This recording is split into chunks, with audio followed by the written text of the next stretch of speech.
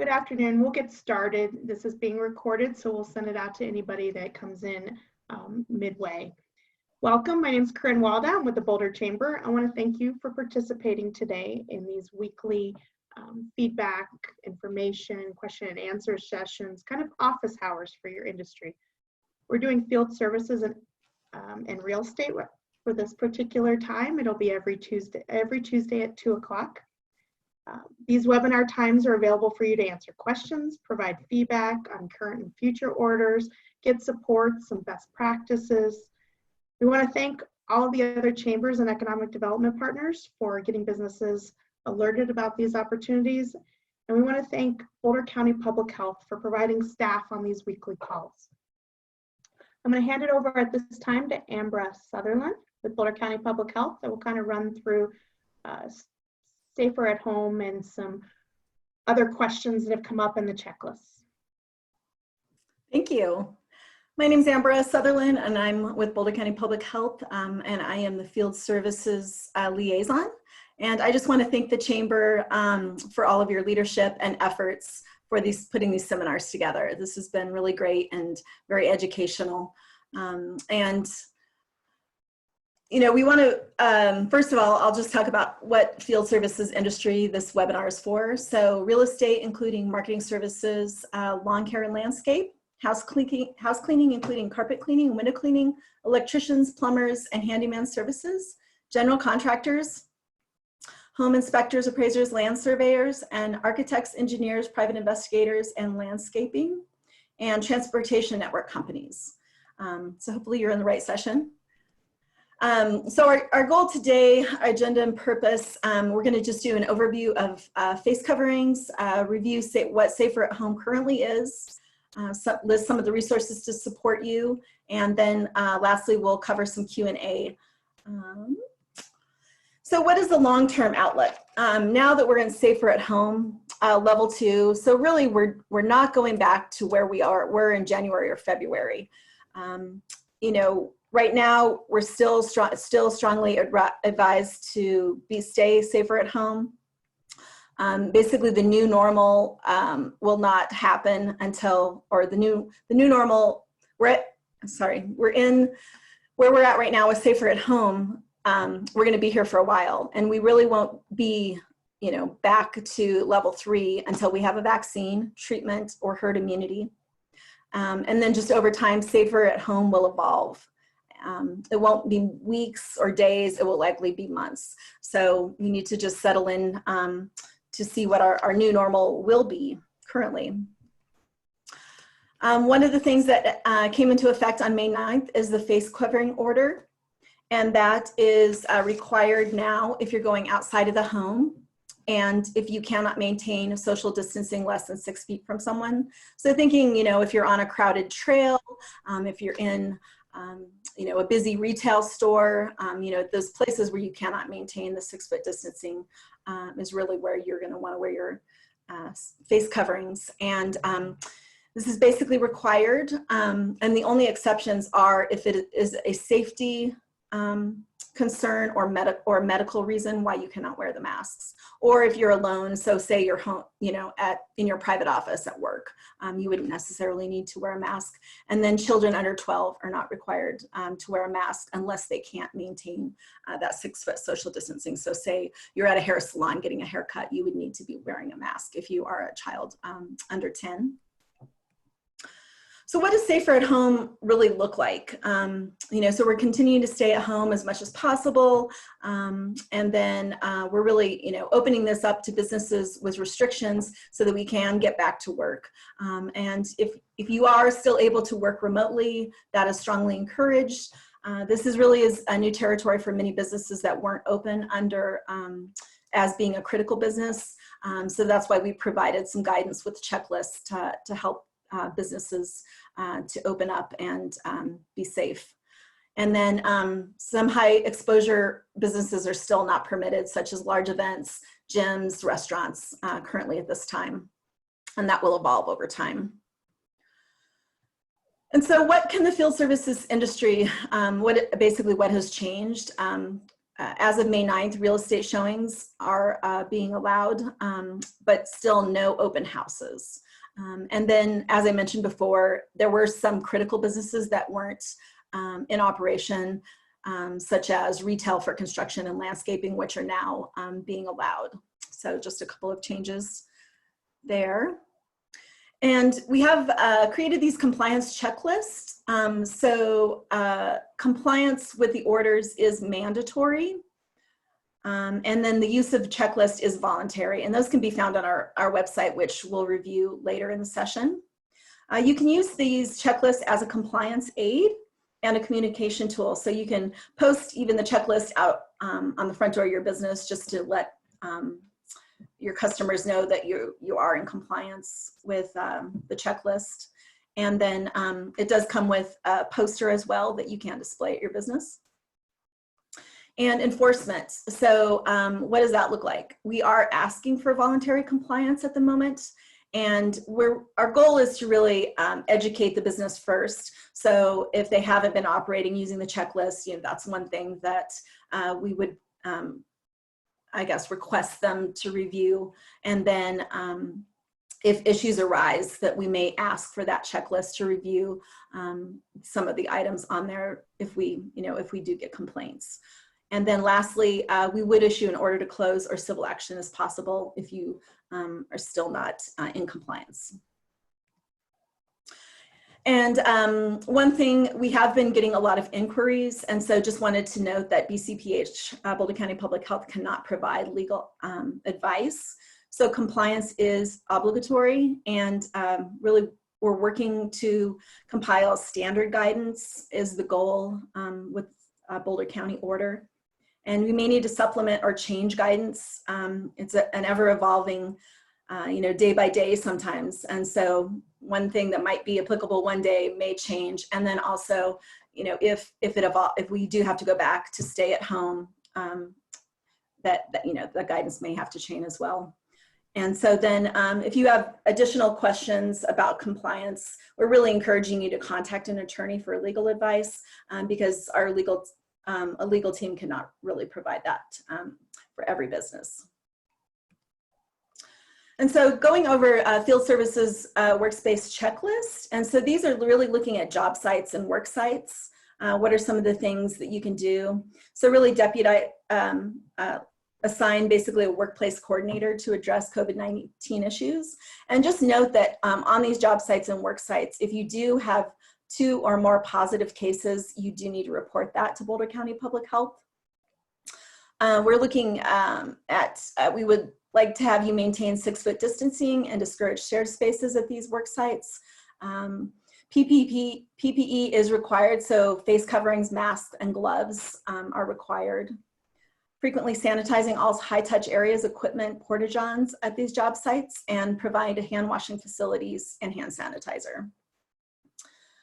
Post bilingual signage for employees on hand washing and COVID-19 worksite guidance, and then reduce the size of your work crew to minimize the number of people on the site, or encourage staggered work crews into multiple shifts when you can. And then lastly, for field offices, just encourage and enable working remotely whenever possible, and follow office guidelines and use the office sector checklist for these areas. For employees, you really want to be encouraging social distancing. This is required. Looking at your meetings, person-to-person interactions, and trainings or meetings no more than 10 people. And then again, for real estate, no open houses. Again, requiring facial coverings, masks, and gloves for your employees. And then for sanitation, require hand washing and sanitation of equipment. And then lastly, employee wellness temperature checks and having a COVID-19 plan for when illnesses do occur at work. And then what are some of the best practices for customers? So providing paperless estimates, invoicing, and other documentation, seeking contactless payment options whenever possible, maintaining 6-foot distancing at all times, and then requiring them to also wear face coverings, masks, and gloves when you're meeting them for person-to-person interactions. And then for transportation network companies, follow the CDC and DORA guidelines for those. And for the real estate checklist, by appointment only, virtual tours recommended, no open houses, limit number of in-person participants to the greatest extent possible, and participation by children is strongly discouraged. And just making sure that social distance requirements are met at all times, and do not seal the deal with your handshakes. All agents must provide gloves and masks for customers or ensure that they have their own for these visits. And then agents, realtors, and homeowners must clean and disinfect all high-touch services between showings. And then lastly, must maintain a detailed log of customer interactions for tracking. I know most agents and realtors usually have these tracked in a customer log, but just making sure that you're keeping good notes and details for those. And so with that, I'm gonna turn it over to Veronica just to discuss some best practices on Safer at Home, and then see if you guys have any feedback from the weekend, how the home showings went. So with that, I'll turn it over to Veronica. Good afternoon. So I think everybody must be behaving, because I have not received one phone call about someone not wearing a mask, not disinfecting. I've heard a lot of comments on just preparing and having their supplies available to do the showings.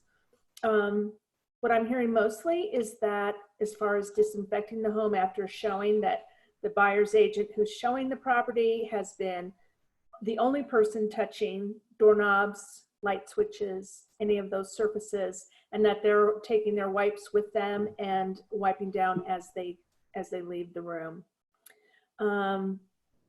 But I think things have been going really well. I've heard it's just very busy, and that there's a lot of, you know, getting this showing scheduled and having the appropriate amount of time so that you're not overlapping the showings, and that it is getting wiped down prior to the next person coming in.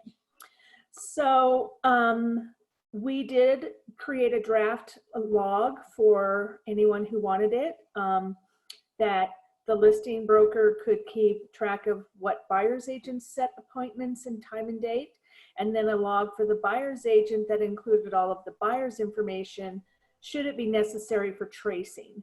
No one is really expected to hand over their list of contacts just because they showed a certain property. But between the two of them, you'll have a really great way to trace if necessary. That is about all I have heard. Obviously, open houses are absolute no-go.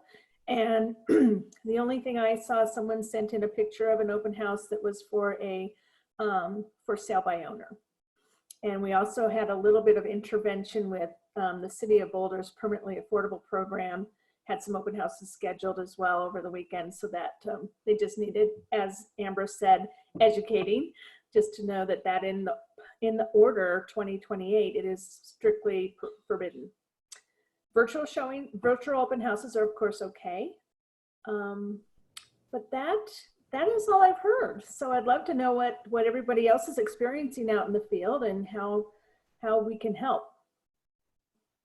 Veronica, can you let people know, this is Corinne with the Boulder Chamber, will you let people know where they can get those resources you mentioned, where you work, and then maybe some contact information that they can contact if they want to share some of those best practices? Sure. So I am the CEO of the Boulder Area Realtor Association. I think my partner, Amy Aschenbrenner, who's the CEO of the Longmont Association of Realtors, is also on the call. And we distributed all of the log information and the FAQs from the Division of Real Estate. All of those were distributed via email to our members. But if there are practitioners out there who are not members, they are free to contact info@bouldeраrearealtors.com, and we'd be happy to share those resources with you. Great, thank you, Veronica. You bet. Do we have any questions out there? I was also going to just review some of the questions from the last couple of sessions. If That sounds great. Okay. We just had some to add from the session last week, and I think that we addressed them, but there might be a couple.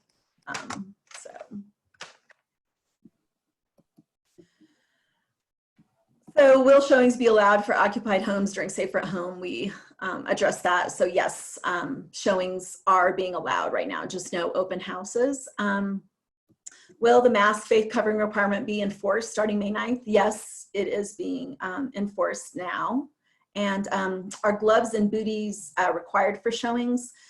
Gloves are required, booties are optional depending on what the agent and the homeowner are requiring. So those are not under Safer at Home, they are not required, but they may be required by the agent or the realtor. Is there any guidance difference for commercial versus residential real estate? Maybe Veronica, you can also weigh in on this, but basically, the same sanitation requirements, masks would be required, gloves would be required. Veronica, do you have anything to add that you've seen? I say that it's the exact same. There are no differences for what type of property it is. I also kind of wanted to talk a little bit about number one for occupied homes. I'm getting a lot of calls about tenant occupied homes and whether or not those can be shown. And the guidance on that is very clear. You need to be very straight with the tenant. You cannot force a tenant to leave the home. So when you're dealing with the seller and the tenant, you need to be on the same page. So, and I would document that in a very strong way, just saying that the tenant understands that this is going to happen. I know there are many organizations out there that have developed disclosure forms trying to release themselves of liability in case of infection. So if you have a cooperative tenant, I think that it's fine. But if your tenant is in any way, shape, and form saying, I don't want people in this house, you really need to think about it. This is how we got in trouble the last time when someone forced a tenant to leave their home during the stay-at-home order. So be very clear about tenants. Great, thank you. So question 4, I'm a professional organizer. Can I go and work on site? So we would classify this basically the same as being like a professional house cleaner. Just it would be allowed at this point with approval.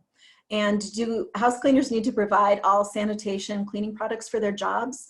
I wouldn't say, unless that's the agreement that you would need to provide the cleaning or sanitizing products. It just depends on the agreement that you have with the homeowner.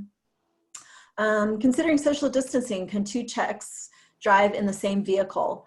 So as it stands now, if they are related from the same household, they can drive in the same vehicle. And if they are not, as long as you can maintain a 6-foot social distance in the car, wearing masks and having the windows down, then that would be equivalent. And then when our techs are working outside by themselves, do they have to keep their masks on? So 6-foot distancing is basically mandated at all times, and having your masks on. There are situations such as if you were a tree climber that the mask might be a safety issue. And so if you can maintain the social 6-foot distancing, that's really what we prefer. But if you are in a situation where it is a safety hazard for you to wear the masks, then you would need to consider that as well. And then will passenger vans be allowed to operate? So at this time, they will be allowed to operate. And you can look at the DORA guidelines and OSHA requirements for passenger vans, and I will list some of those resources later. So I think with that, here's just some. Just clarify that question number 7, because I think their scenario was if someone is working alone outside, they would not need a mask. So it's specifically for customer interactions or indoor working. So again, if they drive to the site by themselves, work exclusively by themselves, and never interact with the customers, they wouldn't need to wear a mask. Great, thank you for clarifying. So here's just some resources that you can go for some additional information. And I think we're going to turn it back to the chamber to showcase some of these. Yes, so I'm going to show a couple of the signs that were created. So We mentioned this on previous calls. We sent out the links, but I think there was still some confusion as to some of the signage that was provided. So I'm going to share my screen now. Sorry, Ambra, I'm taking it over. Oh yeah, go for it.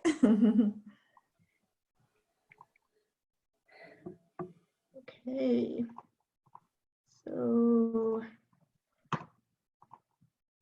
So the link that we sent out last week and will continue to send out, and it's available on Boulder County's site, as well as Boulder Chamber and other chambers and cities, are a link to basically a set of posters that you can use in your office or on any setting that kind of follows some of the requirements in the checklist. So we have the avoid groups, by appointment only. If you feel sick, do not enter. Social distance, wear a mask, hand wash that are required in bathrooms and so forth. There is a poster that says open for business. This poster is one that specifically says we are following the state and Boulder County requirements. It is county-wide, and it's kind of a way to show the public trust that you are doing some of the items that are required in the checklist. So that's a self-compliance. If you are following all the items in the checklist, feel free to print these. We also sent a link for all Spanish versions and a construction version. So we have a specific construction Spanish and English worksite version that was created in these as well. So all of these posters are already translated for you and can be available at those links. They can be printed at 8.5 by 11 or larger if you'd like, but it can be done in 8.5 by 11. So feel free to print them, post them. They have a lot of the language you need and some of that education material that you might need for individuals. I'm gonna stop sharing and give it back to you. Great. All right, go ahead. I was just going to post so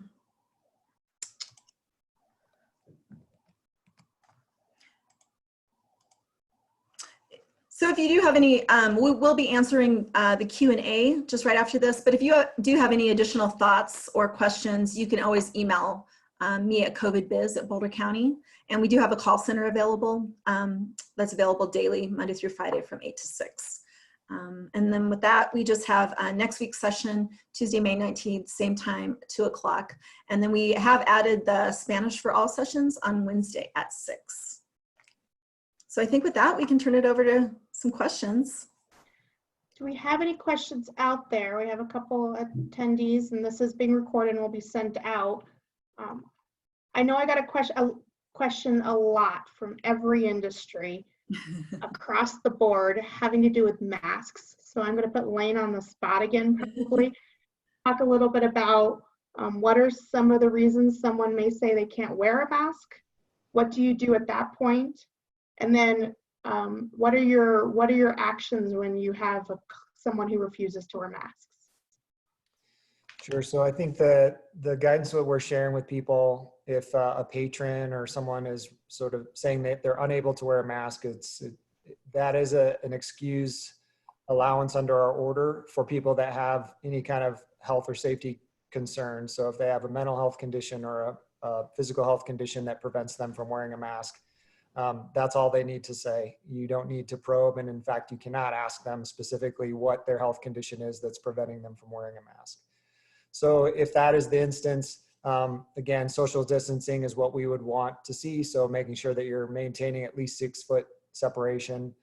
If you have a belligerent customer that's getting to a point where you feel you need law enforcement, you certainly can do that, as in any other time where you have somebody causing a public disturbance that is a safety risk. You certainly can do that. Otherwise, it's up to you if you want to refuse to show a house, if it's a realtor or other folks like that are refusing to maintain social distancing and wearing masks. You certainly can walk away from that as a business opportunity, but we would not have people enforcing that and making people wear masks and things like that. So again, those are the kind of questions you can ask, but there are exemptions for children as well. But again, that's where we would want to make sure people are then social distancing.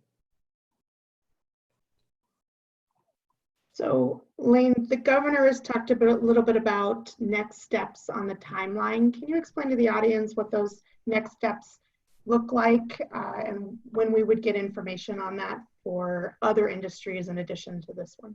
Sure. So, May 26th is the next sort of milestone date where the current safer at home orders are set to expire. So we certainly intend to share any information we get in advance of that. We also want to use these opportunities to hear from folks on things that they are wishing to see or ideas they have on how they could start to move further along the spectrum, relaxing orders. We certainly will provide any input to the state, but there is, as of right now, not a clear mechanism for just sharing feedback to the state to shape those orders. So we continue to push for that. And so certainly want to hear from our communities on their needs so that we can be that voice. And then again, work with this group in rollouts for any future phases.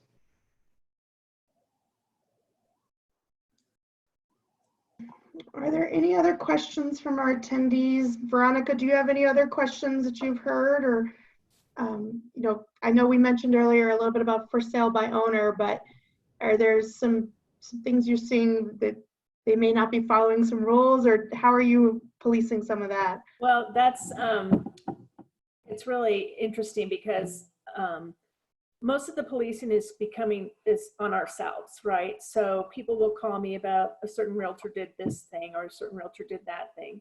So mostly people are policing themselves. I've been in situations, even myself personally, like if I'm out somewhere and people are quick to say to others, well, you're not wearing your gloves or you're not wearing your mask. And so at least from the Realtor Association perspective, we're really good about doing that. Just because our code of ethics requires it, that we monitor ourselves. So the fact that I haven't heard from anyone is really very encouraging. Yeah, it's a big thumbs up. And everyone is just, mostly just the difficulties of making sure showings aren't overlapping. When you're showing properties, you're trying to do it in a secular manner so that it makes sense. And so you set appointments that are about an hour long, knowing that you're going to be there in some kind of a 15-minute time period. Well, because of the pent-up demand and the shortness of inventory, one realtor told me that she was given a 15-minute window. So just those kind of little annoyances. I wouldn't say they're problems, but they are annoying. And just kind of making that happen. But people are seeing things going under contract very quickly, and but I haven't had any complaints, so knock wood. We can continue down that path. So have you guys heard of any difficulties in following the office guidelines for some of the real estate offices and understanding what they need to do within the offices? So that is a little different. Yeah, everyone has to follow Appendix C. And if anybody has read Appendix C of the Public Health Order, it is onerous at best. So most of the real estate offices that I have heard from are keeping their doors shut. They're still doing Zoom sales meetings, they're doing that, but not having office hours just because of the difficulties of, we have to assign, the person to take the temperatures. We have, all of those things. So certainly not a great idea for the agents that are hanging their licenses in certain offices, and certainly not great for the public. So I think that for the time being, most people are just keeping their doors shut.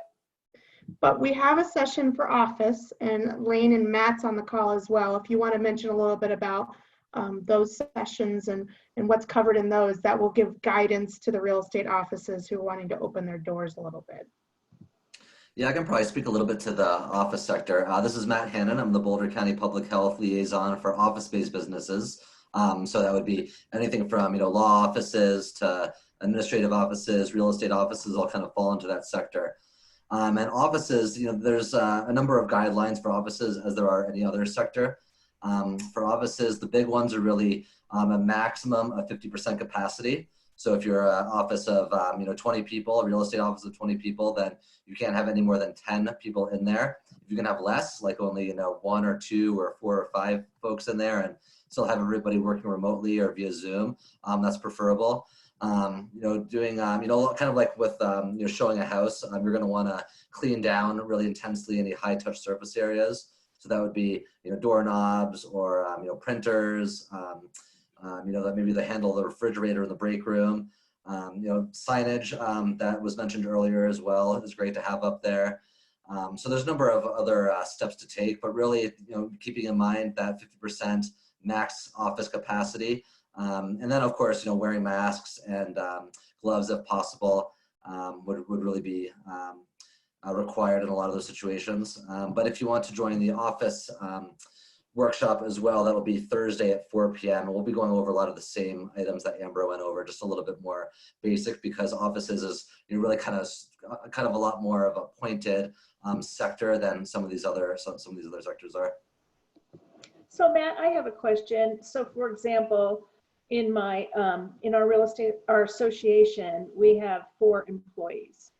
Does that mean only 2 people could be in the office at one time? That's correct. Yeah, so that would be that 50% number.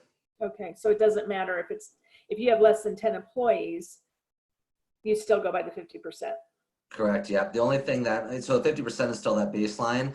It's with the temperature checks where there's really a minimum amount of employees. So if you're a really big real estate office and you have 25 or more employees coming in, then you have to do mandatory temperature checks in the morning. But most real estate offices that I'm familiar with are, 10 or 20 or 30 people. So in that case, you'd still do those kind of morning self-checks at home.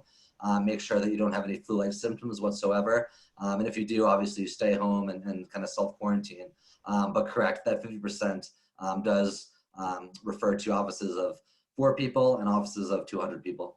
Great. So Lane, will you talk a little bit about the survey on masks that you guys will be sending out, that I'll send out to all participants on these calls?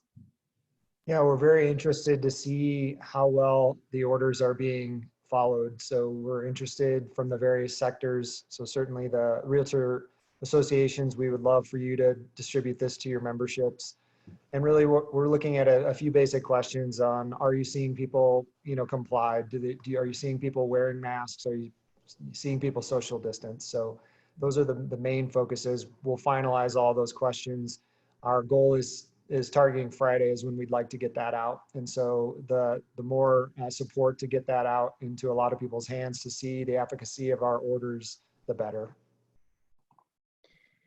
Thank you. And thank all of our speakers today. With no further questions, I'm going to wrap this up. I want to thank Boulder County Public Health for giving these times every week per industry to allow our industry representatives to ask questions, provide feedback, talk about best practices, and so forth in the coming weeks. All of these are recorded and available to anybody that's registered.